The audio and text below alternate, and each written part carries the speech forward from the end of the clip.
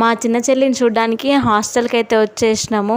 Every second Saturday మా అమ్మ ఒక్కతే వస్తుంది, కానీ ఈసారి నేను మా వ్యూ కూడా వచ్చేసినాము. ఆల్రెడీ మా అమ్మ కోసం గేట్ దగ్గర మా చెల్లె వెయిట్ చేస్తూనే ఉంది, కానీ మమ్మల్ని చూడంగానే ఇంకెగ్గురుకుంటూ మా దగ్గరికి అయితే వచ్చేసింది.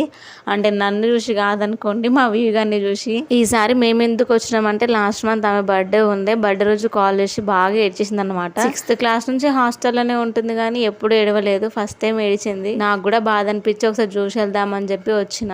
మా అమ్మకి ఎన్ని పనులున్నా సరే ఎవ్రీ సెకండ్ సాటర్డే ఖచ్చితంగా మా చెల్లెని చూడడానికి అయితే హాస్టల్కి వచ్చేస్తుంది. ఎందుకంటే మా అమ్మ ముందే 2-3 పిల్లలు చాలా ఏడ్చారంట, మా పేరెంట్స్ రాలేరు అని చెప్పి.